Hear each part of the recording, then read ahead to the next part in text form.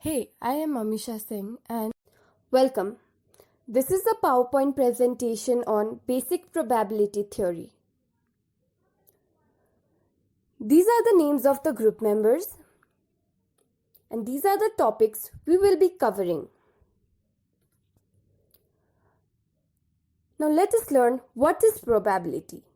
Basically, probability is the measure of how likely an event is. The ratio of number of favorable cases to the number of all the cases. Let us see the formula which says probability of E equals to number of outcomes favorable to E divided by number of all possible outcomes of that experiment.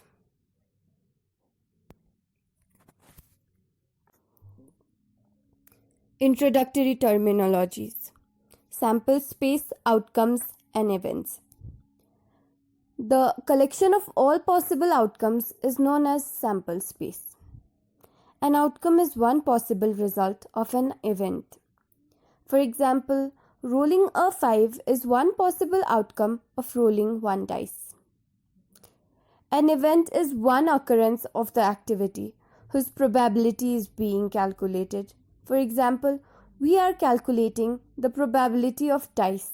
An event is one roll of a dice. These are the types of events: certain event, impossible event, mutually exclusive events, pairwise events, and exhaustive events. So the next slide is conditional probability.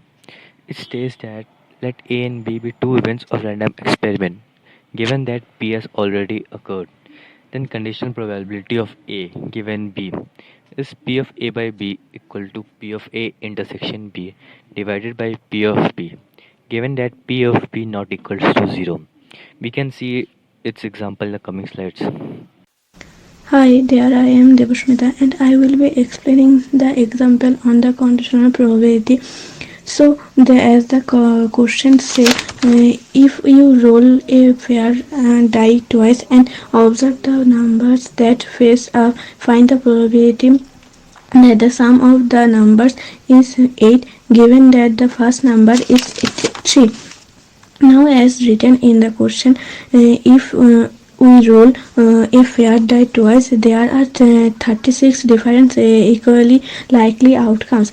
Again, if we consider A to be the sum of the two outcomes, B 8 and B the first number being 3, under such condition, there is only one way to happen, that is 3, 5, and there are 6 numbers starting with 3. Then probability A intersection B equal to 1 by 36 and probability B equal to 6 by 36. Now applying the theorem on conditional probability, assuming that B has already happened, we can calculate the required probability to be 1 by 6. Okay, so the next slide is Bayes' theorem. It is a process to convert a prior probability into a posterior probability. We can see its example in the coming slides. Now moving on the next example, a company manufactures TVs at two different plants A and B. Plant A produces 80% and B produces 20% of the total production. 85 out of 100 TVs produced at plant A meet the quality standards, while 65 out of 100 TVs produced at plant B meet the quality standard. A TV produced by the company is selected at random and is not found to meeting the quality standards. Find the probability that selected TV was manufactured by the plant B. Now assuming B1 and B2 be the event of the two plants producing TV below quality standards. Therefore, from the question we can calculate the probability of A B1 and B2 to be 3 by 20 and 7 by 20. Again, if we resume A1 and A2 be the event that TVS are produced from the plant A or plant B.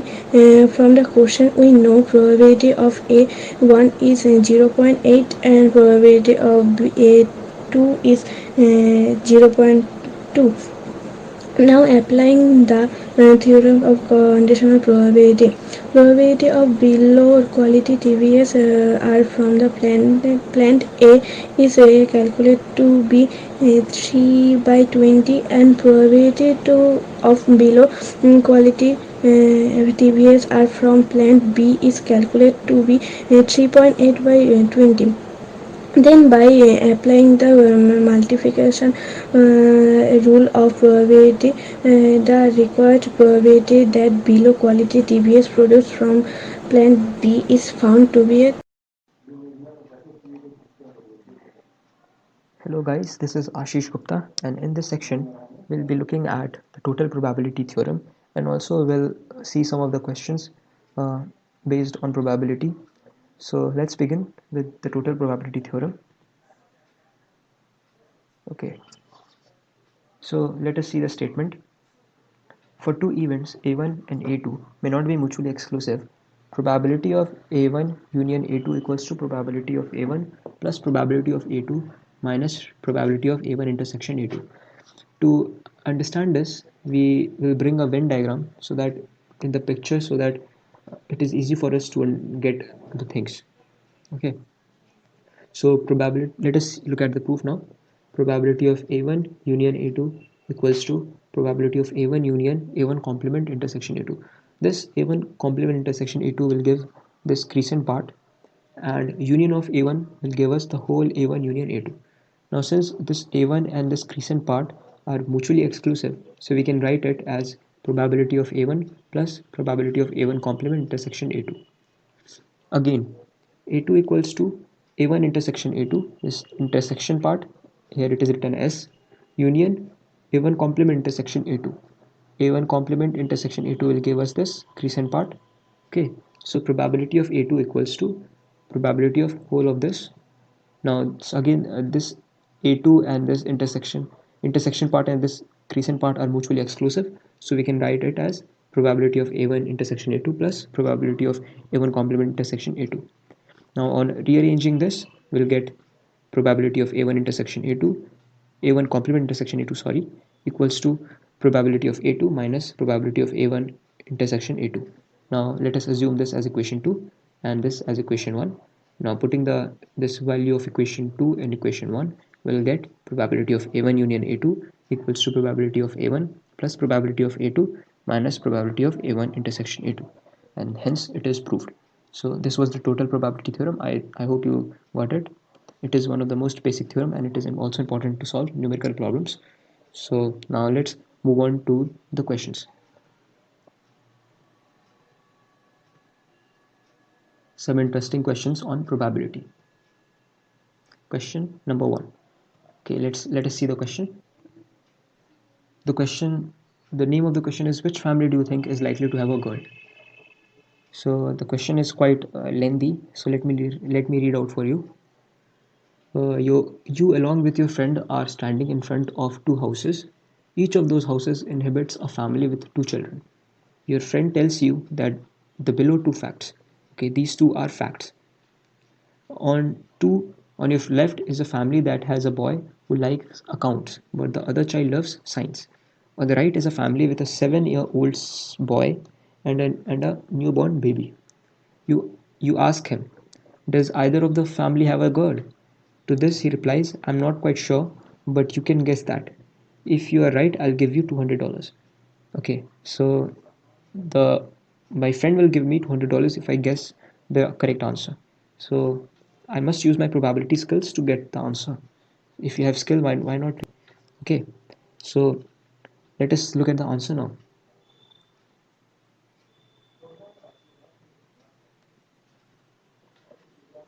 In the house on the left, there are three possibilities. Okay, younger and older. So as you have seen, the first statement was that we have a boy in the family.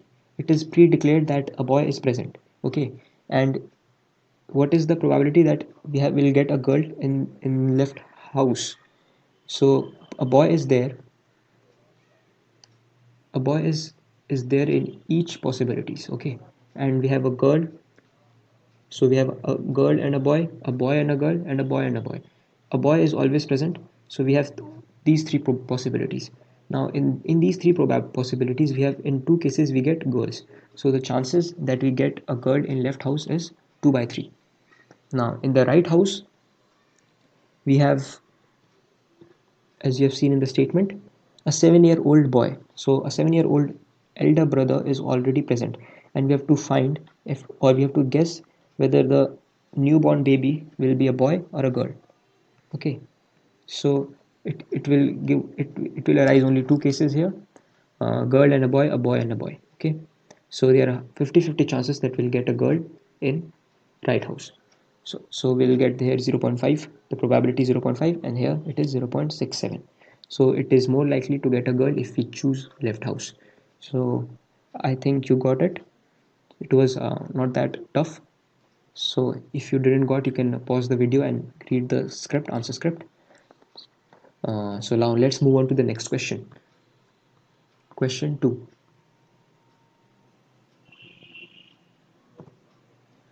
Okay, this one is a bit tricky one. The famous Monty Hall problem. So you must pay attention to this question. It is very interesting and also a bit trickier to understand compared to the previous one. You are on a game show and you are giving the choice of three doors. You are given a choice of three doors. Behind one door is a car, behind the other goats. Okay, you pick a door, say door number 1, and the host who knows what's behind the doors open another door and say number 3, which has a goat. He then says you, do you want to pick the door number 2? Is it your advantage to switch to your choice? To switch your choice? With you switch or stay with your door. Okay. So the question says that we have three doors. Okay. And behind one of the doors we have a car, and behind the other two doors we have goats. And we choose a door at first. Okay. And once we choose a door, the host of the show will choose a door, and note that in mind. He will always choose a door which has a goat behind it. Okay, so and after choosing that door, he will ask you if you want to stay with your first door or you want to switch to the other door. So it is asking us that will we do the same? So let us use our probability skills to analyze this question and get the correct answer so that it can benefit us. Let us see the answer. Assume that you always start by picking door 1, and the host then always shows you some other door which does not contain the car. Okay, yeah, it is given the question that the host will always choose that door that does not have a car. It is quite clear that if he chooses the door that has car, then the game will be finished itself. So we don't need to, we don't have any choice left to choose or switch between the doors. Okay, so we have three cases now. Either the car is behind door 1, or it is behind door 2, or it is behind door 3. Now let us assume the first case, that you choose door 1 and the car is actually behind door 1. Now in this case, door 2 and door 3 has goat, and the host has the options to choose any of the two. So in this case, if you switch, you're going to lose. Now let us assume case 2, that the car is behind door 2 and you choose door 1 initially. Now in this case, the host is forced to choose door 3 because it is the only gate he can choose, and it has goat behind it. So in this case, if you switch, you are going to win, because if you switch, you are going to switch to door 2, and the door 2 has car. So this case, you are going to win if you switch. Now let's see case 3. In case 3, you choose door 1, but the car is actually behind door 3.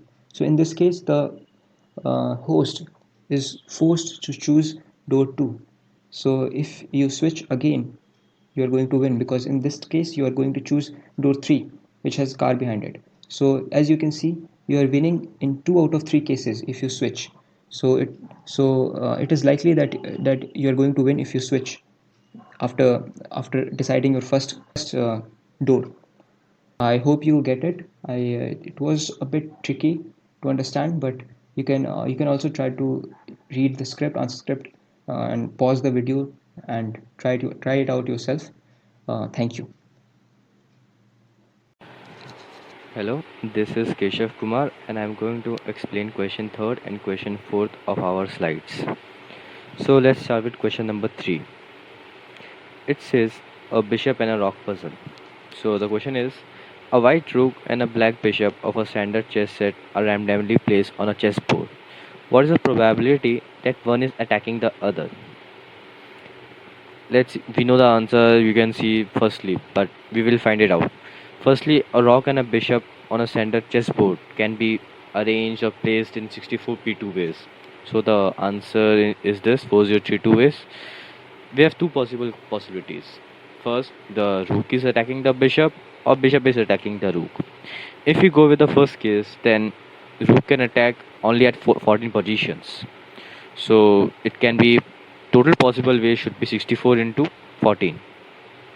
Next case, bishop attacking rook. For that we have to make chessboard or assume chessboard as 4 concentric squares with outermost square with side 8 units and innermost square with side 2 units. So if the bishop is on outermost square with 28 squares, then it can attack 7 positions. Same if we next inner level of outermost square, it has 20 squares and it can attack only 9 positions. If it goes more inner or the next inner level, then it has 12 squares and can attack 11 positions. And the next case also is the same. If he is on the lowest inner level, that is, it has 4 squares and can attack 13 positions. So total possible ways we can multiply and add them all, we get the ways. So the required possibility is adding the first case and the second case and dividing it by the 4032 ways, we get the answer. So as we turn on to the next question, that is question number 4. It's a random airplane seats. During the question we will explain what is going to say. People are waiting in line to board a 100-seat airplane. Steve is the first person in the line. He gets on the plane but suddenly can't remember what his seat number is. So he picks a seat at random. After that, each person who gets on the plane sits in their assigned seat if it's available. Otherwise, they will choose an open seat at random to sit in. The flight is full and you are the last in line. What is the probability that you get to your seat in assigned seat? Let me explain in easy words. There is a plane of 100 seats. Steve is the first person. He gets on the plane, but he forgot what is his seat number. So he pick any random seat number. Then next person, random person came. He goes to assigned seat if it's available. Otherwise, Steve would be sitting on it. Then next and next, all 100 passengers come and sit on their assigned seat if it's available. Then they will choose an open seat. Now the flight is full and suppose I am that last one and I am entering the line. What is my probability that I will get my assigned seat? Let's get to the answer. Probability will be just 50% or 1 by 2. There are two things I will explain. The first thing is, if Steve chooses assigned seat will be equal to that I am assuming me as my last person, so probability that Steve chooses last seat will be equal to the probability that I chooses my assigned seat. And the second case would be if Steve chooses neither his assigned seat nor mine, then there are two alternatives. If somebody else would choose Steve's seat at random, मतलब कोई पहले आया और उसने Steve का seat choose कर लिया, then मुझे शायद मेरी असाइन सीट मिल जाए. अदरवाइज़ मेरे पास एक ही लेफ्ट ऑप्शन बचेगा, वो होगा स्टीव का सीट. ये सब देखने के बाद हमें ये पता लगता है कि जो भी पर्सन आएगा स्टीव का मतलब सीट चूज़ करने, इंक्लूडिंग स्टीव ऑल्सो, उसके पास 3 पॉसिबल आउटकम्स होंगे. आइदर वो अपनी सीट चूज़ करे, आइदर वो स्टीव का सीट चूज़ करे, आइदर वो मेरा सीट चूज़ करे या किसी और का. ये नोटिस नोटिस कर सकते हैं that the probability of choosing Steve seat is always equal to probability of taking any one seat. मतलब अगर स्टीव ने मेरी सीट चूज़ करी या किसी और ने स्टीव की सीट चूज़ करी, वो उन सबकी प्रोबेबिलिटी सेम रहेगी. सो इसकी प्रोबेबिलिटी 50% ही होगी. अगर उसने मेरी सीट चूज़ करी तो मेरी प्रोबेबिलिटी होगी मैं किसी और की सीट पे चला जाऊँ, तो 50% हो जाएगी. तो केस इवन हो गया. तो मतलब we are left with the 50% seats only और the assigned seats. So that's the answer. I hope you must be understanding. Thanks. Hello, hey there everyone. I am Shamruta and I am going to explain question number 5 and question number 6. So let's go. Yeah, now as the PPT reads and the question says, you are a prisoner sentenced to death. The emperor offers you the chance to live by playing a simple game. He gives you a 50 black marbles and 50 white marbles and 2 empty bowls. It then says, divide the 100 marbles into 2 bowls. Now the interesting part is that the 100 marbles can be divided in any way as long as you use all the marbles. Then the prisoner will be blindfolded and the bowls will be mixed. He will have one chance to choose one bowl and remove one marble from it. If the marble is white, he will live, and if the marble is black, he will die. Then the question is, how can you divide all the marbles so that you can have the greatest probability of choosing the white marble? Let's think in this way. There are 100 marbles, 50 whites and 50 blacks. Now if we place one white marble in one bowl and place the rest of the marbles, that is 49 white and 50 black, in the other bowl, and the bowls are now shuffled, then there will be a 50 by 50 chance, that is 1% probability of choosing the bowl with the white marble, and almost 50 by 50% chance, that is probability of choosing the marble with the other bowls, that is accurately 49 by 50. So therefore this will be the greatest probability of choosing a white marble, and therefore he will get back his life. So now let's move on to the next problem, or question number 6. So in the question, there is a man named Henry caught stealing a cattle and brought in the town for justice. The judge is his ex-wife Gretchen, who wants to show him some sympathy, but the law clearly calls for 2 shots to be taken at Henry at close range. To make things a little better for Henry, Gretchen tells him she will put 2 bullets in a 6-chamber revolver in a successive order. Now she will spin the chamber and close it and take 1 shot. If Henry is still alive, she will then take another chance and the shot, or spin the chamber again before shooting. Then Gretchen loads the chamber and pulls the trigger, but it was blank. Now Gretchen asks, do you want me to pull the trigger again, or should I spin the chamber a second time before pulling the trigger? Now what should Henry choose for the betterment or greater probability of his living? Now, if we think clearly, Henry should have Gretchen pull the trigger again without spinning the second time. That would increase his chance of living. Now, from the question we know, the bullets were placed in a consecutive order, and what Gretchen fired was one of those 4 empty chambers without the bullets. So, one of the empty chambers will be followed by a bullet, and the other 3 empty chambers will be followed by another empty chamber.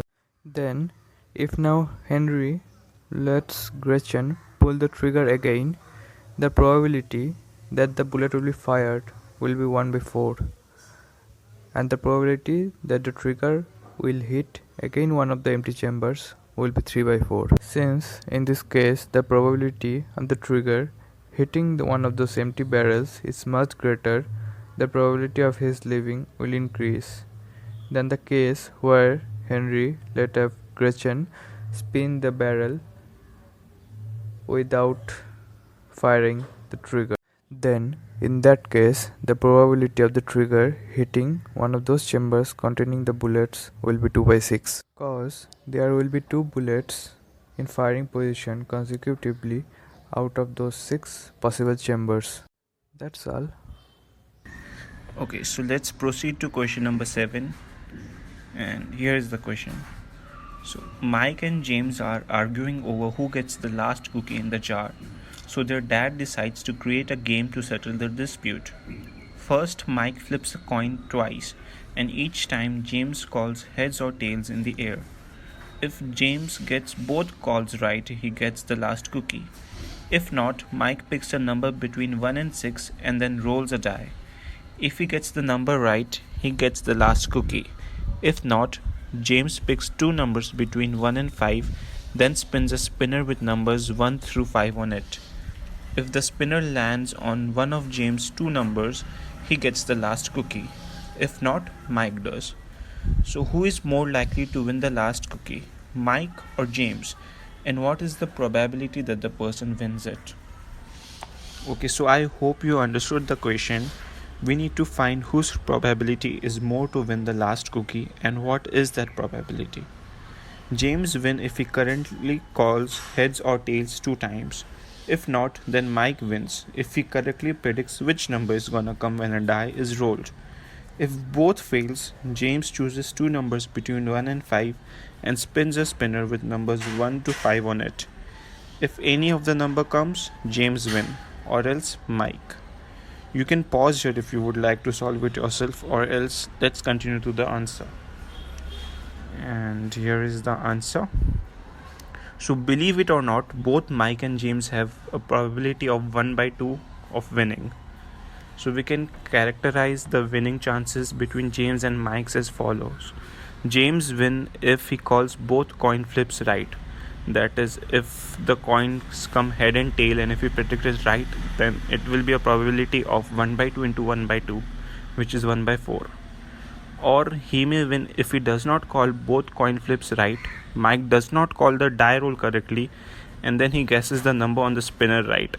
That is the probability of 3 by 4, 5 by 6 and 2 by 5 multiplied respectively, which gives us 30 by 120 or 1 by 4. So now 1 by 4 plus 1 by 4 is 1 by 2. The probability of James winning is 1 by 2. Now we can directly calculate the probability of Mike winning, which is 1 minus 1 by 2, which gives us 1 by 2, or we can go the normal classical way. Now Mike wins if James does not call both coin flips right and he calls the die roll correctly. That is with a probability of 3 by 4 and 1 by 6 respectively. So which when multiplied gives us 3 by 24 or 1 by 8. Or Mike wins if James does not call both coin flips right, he does not call the die roll correctly, and Mike does not guess the number on the spinner right, which are the probabilities of 3 by 4, 5 by 6 and 3 by 5 respectively, and which when multiplied together gives us 45 by 120 or 3 by 8. Now if we add 1 by 8 and 3 by 8, it gives us 1 by 2. So both have a probability of 1 by 2. Now of course the dad could have just flipped a coin if the result was just 1 by 2. Okay, so now let's move on to question number 8. So this is an interesting one. King Arthur, Merlin, Sir Lancelot, Sir Gawain and Guinevere decide to go to their favorite restaurant to share some meat and grilled meats. They sit down at a round table for 5, and as soon as they do, Lancelot notes, "We sat down around the table in our age order. What are the odds of that?" Merlin smiles broadly. This is easily solved without any magic. He then shared the answer. What did he say the odds were? So as usual, you can pause here if you want to figure it out for yourself, or let's continue to the answer. So here is the answer. Okay, imagine they sat down in an age order with each person randomly picking a seat. The first person is guaranteed to pick a seat that works because there will be only one person, right? So there is nothing oldest or youngest. The second oldest can sit to his right or left. So this is the probability of 1 by 2, choosing between right or left. The third oldest now has 3 chairs to choose from because from 5, 2 chairs are already occupied. So 3 chairs are left. Now one of which continues the progression in the order determined by the second person, means he can sit either next to second or this is a probability of 1 by 3, and which leaves 2 seats for fourth oldest, and this is a probability of 1 by 2. The youngest would thus be guaranteed to sit in the right seat since there is only one seat left, so that's a probability of 1. Now if we multiply all of them together, it will give 1 for the first one, 1 by 2 for the second person, 1 by 3 for the third, 1 by 2 for the fourth, and 1 for the last. So which multiplied together gives 1 by 12, or 11:1, odds against. Now when next time you gather with your friends, and I mean a virtual gathering, check the odds of you all sitting according to your height. Okay, so coming up is another interesting question number 9. Let's check it out. Here it is. The relatively unknown Mapuadzi tribe had a rather strange law restricting the size of families. Each married couple was expected to continue having children until they had either one child of one sex or a total of 4 children. So they would stop having children if they had boy and girl or a total of 4 children. So what is the average mean number of children born to each couple? Assuming that they kept the law and each couple had maximum permitted by the law. Okay, so let's check out the answer. And here's the answer. So the probability is 2.75. Now let us explain how did we get this. Possible families with 2 children are male female or female male, right? So the probability of this is 0.5 to the power 2, because male female is 1 by 2 and female male is 1 by 2. So 1 by 2 into 1 by 2 is, we can say, 0.5 to the power 2 is equal to 0.25. So 0.25 plus 0.25 is 0.5. So it is the probability of 0.5 that a family has 2 children. Now possible 3-child families are male male female or female female male. The probability of each of these is 0.5 to the power 3, that is 0.125, because male male female is 1 by 2 into 1 by 2 into 1 by 2, as you have known, and for male female male it is again 1 by 2 into 1 by 2 into 1 by 2, so which is 0.125 plus 0.125, and we are doing addition because it's or and not and, to be kept in mind. So 0.125 plus 0.125 gives us a total of 0.25. So now it is the probability of 0.25 that a family has 3 children. Now possible 4-childed families are male male male male, or male male male female, or female female female female, or female female female male. Now the probability of all of this is 1 by 2 to the power 4, which is 0.5 to the power 4, and because it's or, so we'll be adding them. So 0.0625 plus 0.0625 plus 0.0625 plus 0.0625, or 0.0625 into 4 gives us 0.25. Now half the couples had 2 children and a quarter had 3, a quarter had 4. So if we take out the average, which is 0.5 into 2 now plus 0.25 into 3 plus 0.25 into 4, it will give us a total of 2.75. Yeah, so that was an interesting one. Good morning everyone, my name is Shubhadeep Sarkar, and today our group is presenting on the basic probability theorems. So I will explain you question number 10 and question number 11. Now in question number 10, there are 2 people, Henry and Gretchen. Now both of them are sitting outside and they want to see a shooting star. With their experience, they can say that there is a 90% chance of seeing a shooting star if they are sitting outside for an hour. But there was a problem. The night was cold and it was tough for them to sit outside for such a long time. So Gretchen suggested that they will only stay out for 10 minutes. So Henry thought that it would be only 15% chance of seeing a shooting star if they sit outside only for 10 minutes. But Gretchen said that it is not true at all. So the question is, was Gretchen right? So the answer is Gretchen is right. Now the question is how? So in the question we have a data that if we are sitting for an hour, then there is a 90% chance of seeing a shooting star. So the chances of not seeing a shooting star is 100 minus 90, that is 10%. Now if we divide an hour into segments of 10 minutes, then we can see that 60 minutes is equal to 6 times 10 minutes. Now, which means that if q is the probability, suppose there is a variable q which is the probability of not seeing a shooting star over a 10-minute period, then we can say that q into 6 equals to 10%, which is 0.1. So q equals to 0.1 by 6, which is equivalent to 0.6813 or approximately 68%. So probability of not seeing a shooting star for 10 minutes is 68%. So we can easily calculate the probability of seeing a shooting star for in a time span of 10 minutes, which is the complement of 68%, that is 32%. So if they sit outside for the time of 10 minutes, then there is a 32% chance of seeing a shooting star.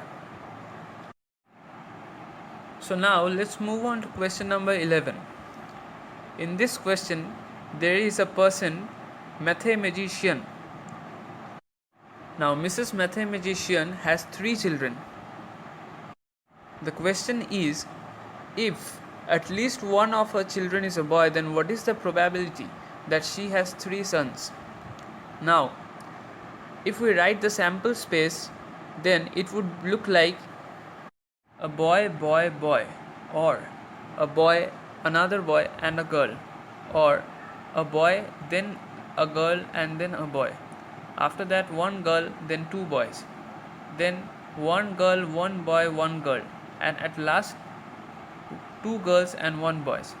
So we can see that there are 7 types of combinations possible, and only one of them is favorable, that is 3 boys. So the probability of 3 boys is 1 by 7. So that's all from my side. Thank you. And now I would like to call my friend Utpal to continue further. Hello there, this is Utpal और आज मैं आप लोगों को probability पे based कुछ question समझाने वाला हूँ। But before we move on to the question, मैं चाहता हूँ कि हम सब एक बार कंडीशनल प्रोबेबिलिटी के कॉन्सेप्ट को रिकॉल करें because it is very important for this question.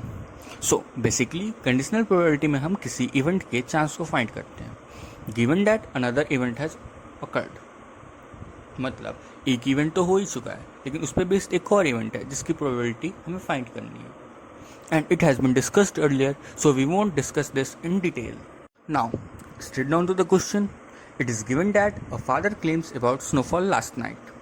First daughter tells that the probability of snowfall on a particular night is 1 by 8. Second daughter tells that the 5 out of 6 times father is lying. So, what is the probability that there actually was a snowfall? So, basically, this question says that कि एक father है जो 6 में से 5 बार झूठ बोल रहा है और उसने कहा है कि कल रात को स्नोफॉल हुआ था, तो हमें कल रात सच में स्नोफॉल हुआ था इसका प्रोबेबिलिटी फाइंड करना है। जबकि किसी रात को स्नोफॉल होने की प्रोबेबिलिटी 1/8 है, क्योंकि जो फादर है वो झूठ भी बोलता है, तो क्या पता कल रात स्नो ना हुआ हो और उसने झूठ बोल दिया, या ये भी हो सकता है कि उसने झूठ ना बोला हो, कल रात सच में स्नोफॉल हुआ। सो गाइस, क्वेश्चन देख के तो आप सब समझ ही गए होंगे कि प्रॉब्लम कंडीशनल प्रोबेबिलिटी पे बेस्ड है, जहाँ हमें पता है कि फादर ने बोला है कि स्नोफॉल हुआ था और ये स्नोफॉल सच में हुआ था या नहीं ये फाइंड करना है। So if you want to try it out yourself then pause the video, otherwise चलिए शुरू करते हैं अपना solution part. Now before solving the problem, let us assume that daughter's claims are to be taken as true and father's truthfulness is independent of the weather.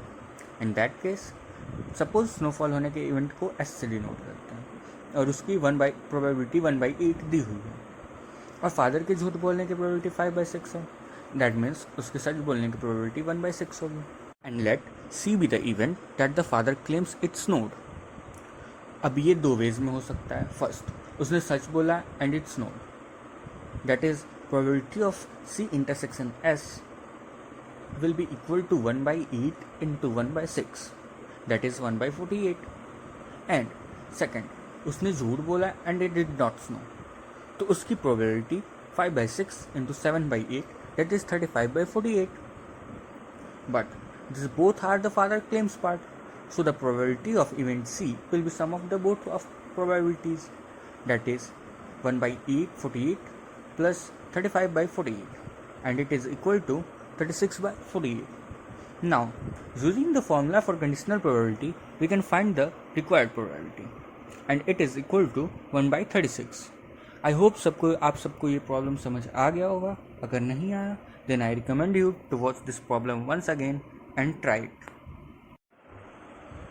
Okay, now moving to the next question. It is given that in clue, you attempt to solve a murder mystery. There are 6 possible suspects, 6 possible weapons that murderer could have used, and 9 possible locations for the murder to have occurred. If you guess a random suspect, a random weapon, and a random location, what is the probability of getting at least one right? Okay, this is a very simple question but an interesting one. Now, जैसे कि question में हमें दिए गए 3 options में से at least एक correct guess करना है और उस एक के करेक्ट होने की प्रोबेबिलिटी को कैलकुलेट करना है. जैसे कि हम दिए गए सस्पेक्ट में से एक सस्पेक्ट को करेक्ट गेस कर लें, या फिर हम कोई सा वेपन गेस कर लें, या फिर हमें मर्डर प्लेस पता चल जाए. इसमें हमारे ना सिर्फ प्रोबेबिलिटी के बेसिक्स का टेस्ट होगा बल्कि परम्यूटेशन कॉम्बिनेशन के नॉलेज का भी काम आएगा, and this makes it interesting. First things first, we will calculate the total number of ways in which we can guess the things, and this will be equal to the product of those 3 things, that is number of suspect, number of weapons, and the number of murder locations. And after calculating it, we will get 324 as 6 into 6 into 9. और जैसे कि इसमें दिया हुआ है कि सिर्फ एक ही सस्पेक्ट सही हो सकता है, एक ही मर्डर वेपन यूज हो सकता है और एक ही मर्डर लोकेशन हो सकता है. So we are left with 5 wrong suspect, 5 wrong weapons and 8 wrong murder locations. So in order to find the number of correct guesses, हम total number of guesses से wrong guesses को subtract कर सकते हैं. That is 324 minus product of 5, 5 and 8, and this will be equal to 124. And of course, this is our number of favorable outcomes. Now, by using the classical definition of probability, हम इसकी probability भी calculate कर सकते हैं. That is, probability can be calculated as the ratio of number of favorable outcomes to the number of total outcomes, and probability of getting correct guesses is equal to the ratio of 124 to 324, and this is the required answer. And it can be reduced as 31 ratio 81. Hope आपको ये problem समझ आया होगा. Thank you. Thanks Utpal for carrying us to the last 2 questions. So hi there, I am Preetham Pal and I will carry you through question number 14. The question number 14 says, little Billy has a calculator with 15 buttons. He has 10 keys for 0 to 9, a key for addition, multiplication, division and subtraction. Finally, he has a sign for equals to. However, Mark messed up with the programming of the Billy's calculator.